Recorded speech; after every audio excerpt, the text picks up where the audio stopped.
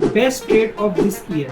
इस वीडियो के अंदर हम इसी ट्रेड के बारे में डिस्कस करने जा रहे हैं जो कि मेरी इस साल की सबसे बेस्ट ट्रेड थी। अभी अभी वो रिसेंटली ट्रेड को मैंने क्लोज किया तो मैंने सोचा कि अब उसके ऊपर हम पूरी वीडियो बना सकते हैं और उसमें से आपको काफ़ी कुछ सीखने को मिलेगा। साथ ही साथ कुछ बहुत ही अच्छे सेटअप मुझे मार्केट में दिख रहे हैं। मार्केट में भी टर्बुलेंस है, इसलिए कुछ अलग तरीके के स्टॉक मैंने ढूंढ के रखे हैं आपके लिए, जिसमें आप अभी न्यू पोजिशंस बना सकते हैं या फिर एटलीस्ट उनको ट्रैक कर सकते हैं ताकि आपको पता चले कि मार्केट में कैसे स्टॉक्स मूव करते हैं। सो जिस स्टॉक के अंदर मैंने ये लास्ट ईयर में ट्रेड करी थी वो HAL था, हिंदुस्तान एरोनॉटिक्स।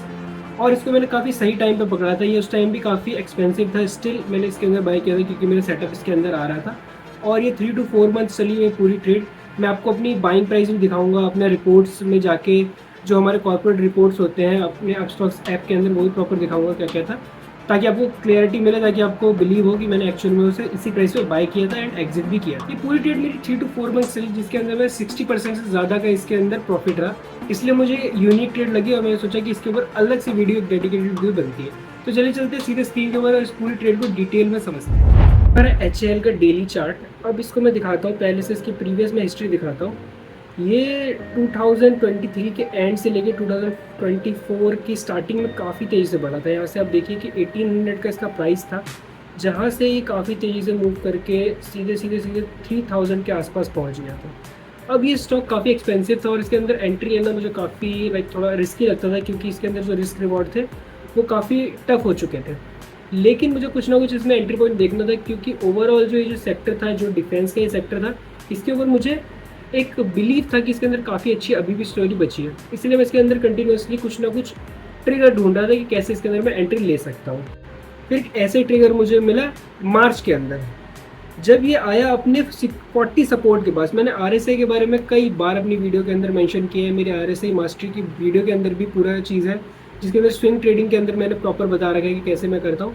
तो जब ये सपोर्ट रीजन के पास आया यहाँ पे 21-22 मार्च के अराउंड, तब मैंने इसके अंदर फर्स्ट एंट्री बनाई। अब ये जो स्टॉक है ये एक्सपेंसिव था, 3000 रुपीज़ का स्टॉक था। इस वजह से इसके अंदर मैंने इनिशियल एंट्री ली यहाँ पे 21-22 मार्च के अराउंड। एंड देन उसके जस्ट बाद ये काफ़ी अच्छी तरीके से मूव करने लगा। RSI से यहाँ पे इसने बाउंस लिया और देन ये ऊपर चलने लगा। अब मैं किसी भी स्टॉक के अंदर एंट्री लेता हूँ तो आपको पता होगा कि मैं उसके अंदर ग्रेजुअली एंट्री लेता हूँ, मल्टीपल पोजीशन में बनाता चलता हूँ, ताकि एक ही जो हमारा विनिंग स्टॉक है उसी के अंदर कंटिन्यूसली मोर एंड मोर मेरी प्रॉफिटेबिलिटी बढ़ती जाए और पोजीशन जो है वो बड़ी होती चली जाए। तो इसके अंदर मैं और एंट्री ढूंढने लगा कि और कैसे इसमें एंट्री ली जा सकती है, मैं कैसे अपनी पोजीशन और बढ़ा सकता हूँ। देन जैसे ही इसने यहाँ पे 40 RSI से 60 RSI की जोन के अंदर गया, तो 1 अप्रैल के अराउंड मैंने इसके अंदर एक और एंट्री ले ली। अब यहाँ पे इसने, इसको मैं आपको जूम करके दिखाता हूँ। एक तो ये 40 RSI से 60 RSI के ऊपर चला गया था 1 तारीख को, और साथ ही साथ यहाँ प्राइस का भी ब्रेकआउट हुआ था। ये जो प्रीवियस स्विंग था इसको भी इसने यहाँ पे ब्रेक कर दिया था, तो यहाँ पे मेरी एक और एंट्री हो गई। और उसके बाद ये काफ़ी तेज़ी से ऊपर बढ़ता चला गया, बीच में धीरे धीरे नीचे भी आया, लेकिन मुझे एंट्री नहीं मिली। एंट्री मैं यहाँ तब लेता अगर ये RSI 60 RSI के ऊपर आ जाता और यहाँ से फिर वापस चलने लगता, या फिर ये नीचे 40 RSI के ऊपर आया था, तब मैं यहाँ पे एंट्री ले सकता।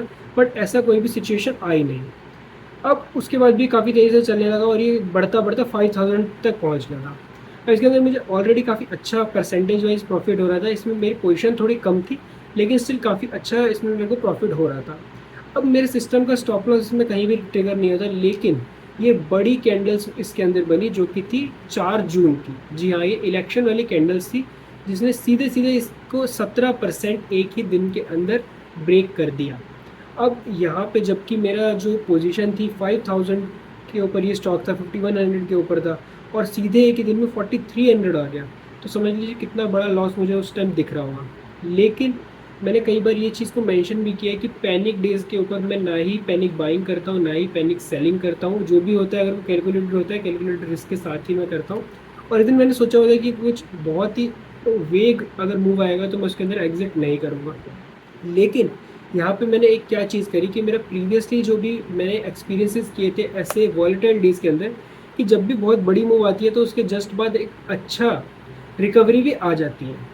और जब मार्केट क्लोज होने वाला था तो मैंने देखा कि ऑलरेडी जो पिछली बार की सरकार थी वही जीत रही है, तो मुझे एक विश्वास था कि हो सकता है कि यहाँ से रिकवरी आ जाए। उसी को मैंने ध्यान में रखते हुए एक छोटा सा इसके अंदर स्टॉप लॉस रखा, और मैंने इसके बॉटम के अराउंड करीब 4300 के 4400 के अराउंड एक एंट्री यहाँ पे ली थी।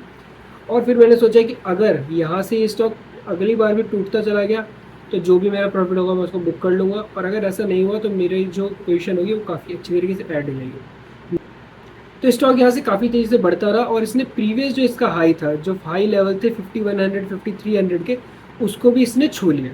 अब यहाँ पे मैंने सोचा कि इसके अंदर और एंट्री बनाई जाएगी जब ये सपोर्ट के पास आए, लेकिन ये इस जोन के अंदर जाके काफ़ी साइडवेज जोन में चला गया।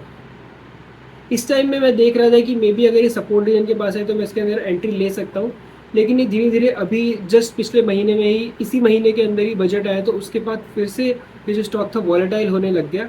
और जैसे ही यहाँ पे इसने प्रीवियस लो ब्रेक किया, यहाँ पे ये इसने प्रीवियस लो ब्रेक जैसे ही किया, ये 16 जुलाई की कैंडल पे, तो यहाँ से मैंने इसके अंदर से एग्जिट ले ली। अब ओवरऑल इसके अंदर मेरे को 46% का प्रॉफिट दिख रहा था, लेकिन वो एवरेज प्राइस के ऊपर था।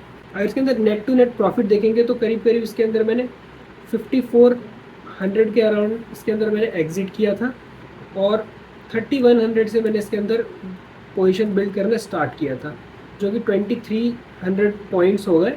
और अगर मैं 2300 पॉइंट्स को 3100 के साथ देखूं तो करीब करीब 74% का इसके अंदर प्रॉफिट यहाँ पे मुझे इसके अंदर हो रहा था, जो कि मुझे एक काफ़ी अच्छा लगा। लाइक 3 to 4 मंथ्स के अंदर काफ़ी अच्छा रिटर्न इसके अंदर बना। अब इसके अंदर की पॉइंट्स क्या थे जिसके अंदर से मुझे ऐसा लगा कि जो आप भी सीख सकते हैं। पहली चीज़, किसी भी की इवेंट वाले दिन आपको कोई भी पैनिक में डिसीजन नहीं लेना है। सेकंड पॉइंट, अगर आप सोच रहे हैं कि पोजीशन को मैं कैसे बिल्ड करूं, तो उसका कोई ना कोई रीज़न होना चाहिए, भले ही वो किसी सपोर्ट के पास आए या फिर वो अपना कोई प्रीवियसली हाई ब्रेक कर रहा हो, या कोई ना कोई ऐसा ट्रिगर पॉइंट होना चाहिए ताकि आप एक न्यू स्टॉप लॉस भी रख सकें। जब भी मैंने कोई एक न्यू पोजीशन उसके अंदर ऐड करी तो वहाँ पे मेरा एक न्यू पोजीशन के ऊपर भी स्टॉप लॉस था और प्रीवियस पोजीशन के ऊपर भी एक अलग स्टॉप लॉस था, ताकि मेरी न्यू एंड ओल्ड पोजीशन एक साथ स्क्वायर ऑफ ना हो जाए। तीसरा, अगर आपके सिस्टम के हिसाब से स्टॉप लॉस हिट हो रहा है तो उसको ज़रूर लेना है। भले ही आपने बहुत अच्छा इसके अंदर एक प्रॉफिट बन रहा था मुझे, स्टिल मैंने उसमें स्टॉप लॉस लिया, क्योंकि आगे जाके मैं इसको फिर से बाय कर सकता हूँ, बट लेकिन अभी करेंटली इस ट्रेड को क्लोज करना भी ज़रूरी था, ताकि एक पर्सनली एक बिलीफ होता है कि हाँ मैंने इस ट्रेड को अच्छी तरीके से एग्जीक्यूट किया। अभी मैंने इस स्टॉक को अपनी वॉच लिस्ट में से नहीं हटाया, और आगे जाके अगर फिर से इसमें क्वेश्चन मिलेगा तो मैं फिर से इसमें एंट्री लूँगा, क्योंकि डिफेंस की जो स्टोरी है वो काफ़ी लंबी।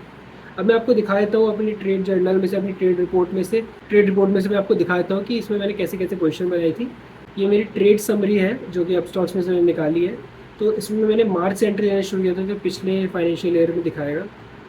तो यहाँ अगर जाते हैं तो यहाँ पे आप देख सकते हैं ये HL का यहाँ पे मेरी ट्रेड मेंशन्ड है,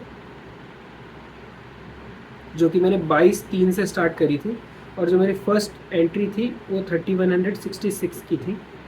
अब आ जाते हैं इस फाइनेंशियल ईयर के ऊपर। इस फाइनेंशियल ईयर के ऊपर आ जाएंगे तो मैं इसको दिखाता हूँ। जो मेरी सेकंड एंट्री थी HL में वो थी 1 अप्रैल की, जो कि मैंने 3400 के ऊपर ली थी।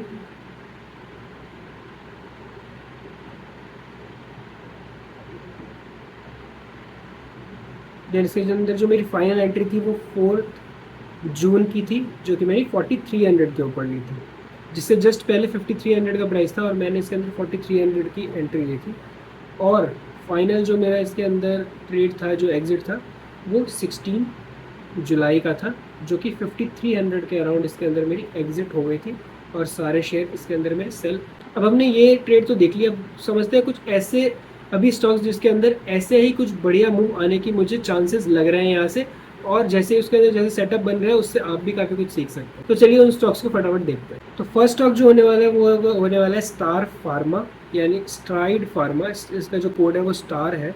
अब एक्चुअली अभी क्या हो रहा है मार्केट के अंदर, जैसे ही बजट आया जो काफ़ी डिसअपॉइंटिंग था इन्वेस्टर्स के लिए, ट्रेडर्स के लिए, तो जो मनी है अब वो थोड़ा सेफ सेक्टर्स की तरफ मूव हो रहा है, जो कि है हमारा pharma sector, health care sector, और साथ ही साथ IT सेक्टर, क्योंकि IT सेक्टर जो है वो काफ़ी रिवर्स में चलता है हमारी निफ्टी और हमारे मार्केट के हिसाब से। तो अभी जो मनी है वो conservative consumer stocks and pharma stock की तरफ मूव हो रहा है। तो उसी में से एक ये स्टॉक है स्टार फार्मा, जिसके अंदर रिसेंटली पिछले वीक में ही ब्रेकआउट आया है। इसको अगर मैं मंथली चार्ट में दिखाऊँ तो जो इसका 2021 का हाई था उसको जस्ट अभी ब्रेक किया है इसने, काफ़ी अच्छी कैंडल से। तो इसमें करीब 6-7% के स्टॉप लॉस के साथ यहाँ पे एंट्री ली जा सकती है। ये मुझे काफ़ी अच्छा लग रहा है। इसके अंदर वॉल्यूम उतने ज़्यादा नहीं हुए हैं, लेकिन इसका जो RSI है वो आप देखेंगे तो नीचे आया था और वापस 60 को टच किए बिना ही ऊपर चला गया। और अगर इसे डेली में हम देखेंगे तो ये थोड़ा सा नीचे आके ही ये ऊपर वापस जा रहा है। और मेन जो इसको चूज़ करने का मेरा रीज़न है वो इस सेक्टर, जो कि इसका सेक्टर है वो है फार्म। अगला जो स्टॉक होने वाला है वो है अपोलो टायर का। ये एक छोटे टाइम फ्रेम का स्टॉक है। इसके अंदर जो हमारा प्रीवियसली हाई था वो था फेब्रवरी का, और अभी वापस से उन्हीं लेवल के पास जाके 1 2 3 बार उसे टेस्ट कर चुका है। और अब इसके अंदर फाइनली ऐसा लग रहा है कि ब्रेकआउट हो सकता है। इसके रिजल्ट भी आने वाला है, तो हो सकता है रिजल्ट अच्छे आएंगे, उसी के रीज़न से ये ऊपर तेज़ी से बढ़ रहा है। वो चीज़ हम बाद में देखेंगे। लेकिन इसके अंदर अभी करंटली ब्रेकआउट हुआ नहीं है, तो जस्ट उससे पहले ही मैंने आपको इसके अंदर एक एंट्री का आइडिया दे दिया है, तो वो चीज़ आप इसमें ध्यान रख सकते हैं। यहाँ से अगर ये ब्रेक कर जाए तो जो भी ब्रेकआउट कैंडल होगी उसके नीचे का हम स्टॉप लॉस रखते हैं इसके अंदर काम कर सकते हैं। ये मुझे अच्छा लग रहा है क्योंकि ऑटो सेक्टर के अंदर भी काफ़ी अच्छी मूव आ रही है। अगर आप आइशर मोटर्स देखें, टाटा मोटर्स देखें या फिर अदर टायर स्टॉक्स देखें, तो सबके अंदर ही मूव आ रही है। और हमेशा सेक्टर को प्रेफरेंस देनी चाहिए स्टॉक के मुकाबले में, क्योंकि सेक्टर एक ज़्यादा बड़ा पार्ट लेता है जब भी हम किसी भी स्टॉक के अंदर एंट्री कर रहे हो। तो ये भी एक की फैक्टर होता है, तो इस पर ज़रूर ध्यान रखिएगा।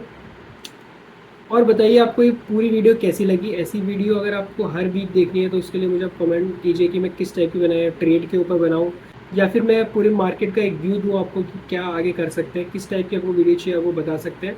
और ऐसे ही मैं आपको नेक्स्ट वीडियो के अंदर मिलूँगा। तब तक देखने के लिए thank you so much. And video को लाइक, शेयर, सब्सक्राइब, कमेंट ज़रूर करें।